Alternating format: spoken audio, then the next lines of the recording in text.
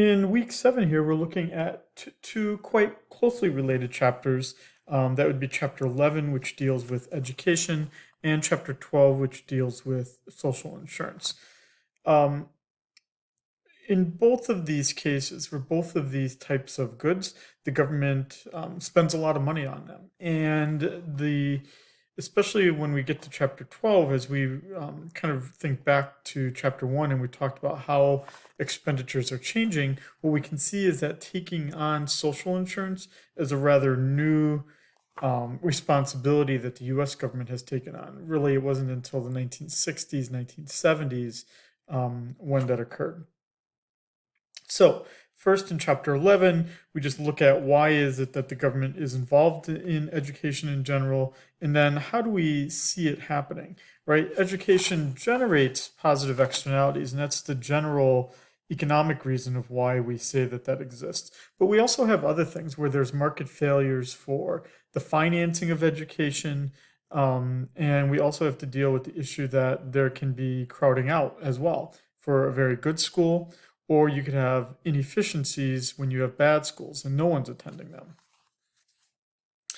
And then finally, we deal with in this chapter this kind of emerging thing that economists seem to be asked to talk about a lot, which would be the efficiency of vouchers, meaning that instead of the government providing the public education directly through a public school, that parents are given a dollar voucher, a voucher that's denominated in dollars, and then they can use that towards tuition, either to completely cover tuition or to at least heavily subsidize it for a product, for an education of the parents and the child's choosing. And that transition us then to chapter 12, where we then finally look at social insurance. And we look at why there has been that shift towards the government providing the social insurance.